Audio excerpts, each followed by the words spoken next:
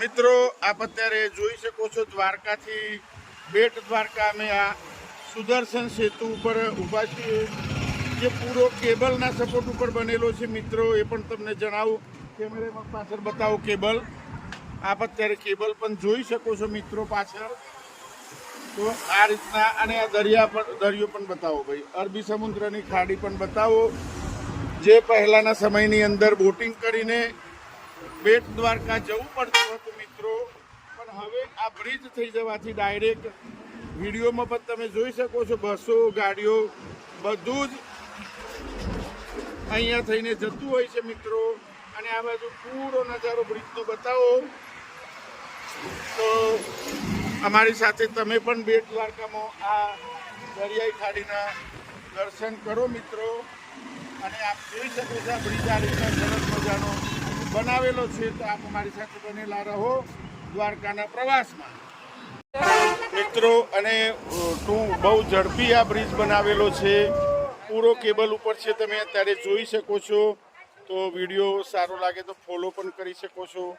પાછળ સમુદ્રનો નજારો પણ તમે જોઈ શકો છો.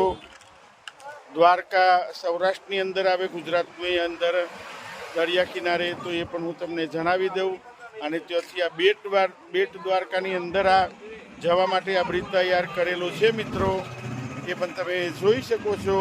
અને આ રીતના મારા ગ્રુપ સાથે અમે મોજ માણી રહ્યા છીએ મિત્રો. અત્યારે અમે દ્વારકા શિવરાજપુર બીચ ઉપર અત્યારે આવેલા છીએ. અને અત્યારે સાંજનો સનસેટનો નજારો પણ લીધો. અને અત્યારે 7 વાગે 7:30 અમે આનંદ લઈ રહ્યા છીએ મારા સોનાસન ગ્રુપ સાથે. અમે હાજીપુરના છીએ, પણ ટોટલી મિત્રો અમારા સોનાસન ગ્રુપમાંથી આવેલા છીએ. અને પાછળ દરિયાનો નજારો પણ કેમેરામેન બતાવશે તમને. અને આ રીતના બધા આનંદ અમે લઈ રહ્યા છીએ. પણ પહેલાં જેવો બીચ નથી રહ્યો. આ કચરો પણ બતાવો ભાઈ, તો પબ્લિકને થોડી જાગૃતિ જોઈએ.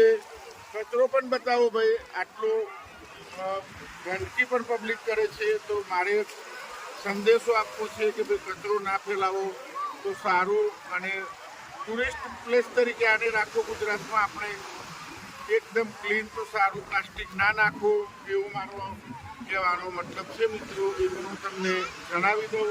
અને આ શિવરાજપુર બીચનો તમે નજારો જોઈ શકો છો.